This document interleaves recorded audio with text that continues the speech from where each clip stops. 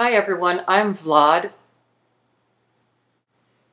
This week we're all doing intros, re-intros as we welcome Lily, Victoria, and Holly to the team, while the rest of us bring you up to date on what's changed in our lives since we first joined Hot Pieces of Ace.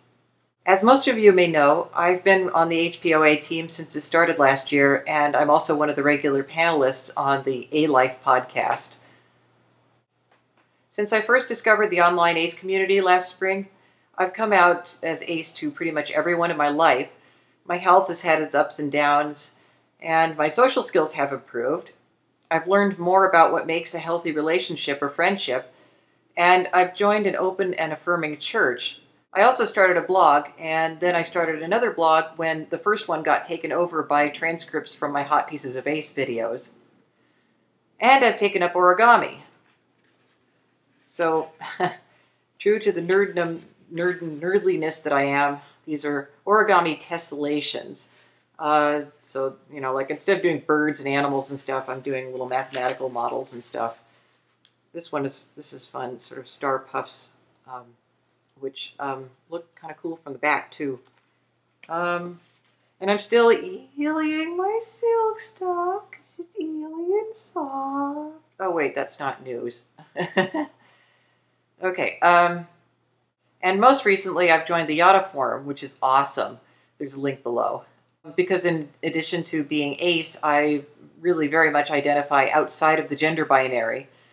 I've always felt that I was neither gender, but simply a person. A few years ago I discovered the term genderqueer and have identified pretty much that way ever since.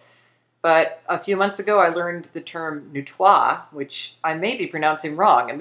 It's not apparently a French word. It seems to be the oldest place that it's ever listed was in a German document. Neutois? I don't know. Anyway, neutois, neutois, whatever. It's kind of a clunky word, so I don't know.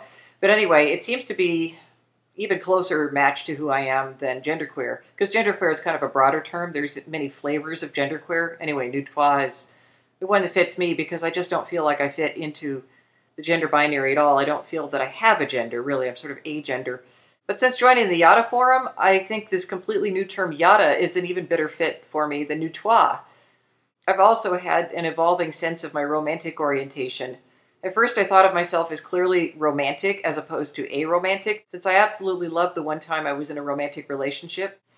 Since gender isn't that much of a factor in what attracts me to someone, I'm just as likely to be attracted to someone outside the gender binary like me as to either of the binary genders. So I called myself panromantic, not knowing that the use of the prefix pan is controversial because some people have misused the term.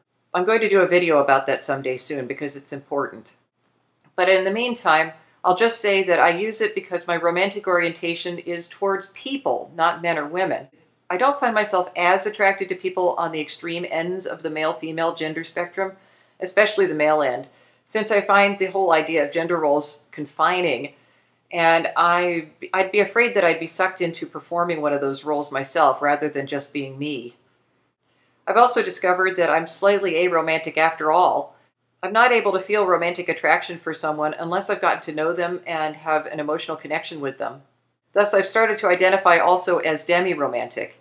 Then, a couple of weeks ago, someone gave me a link to an old thread on the Yada forum where one clever pan-romantic demi-romantic had come up with the term pandemic, a portmanteau of pan plus demi plus ic, from romantic. So now I can say with confidence that I'm a Yada pandemic ace. If you haven't seen the new team members' introduction videos, please do. They're great.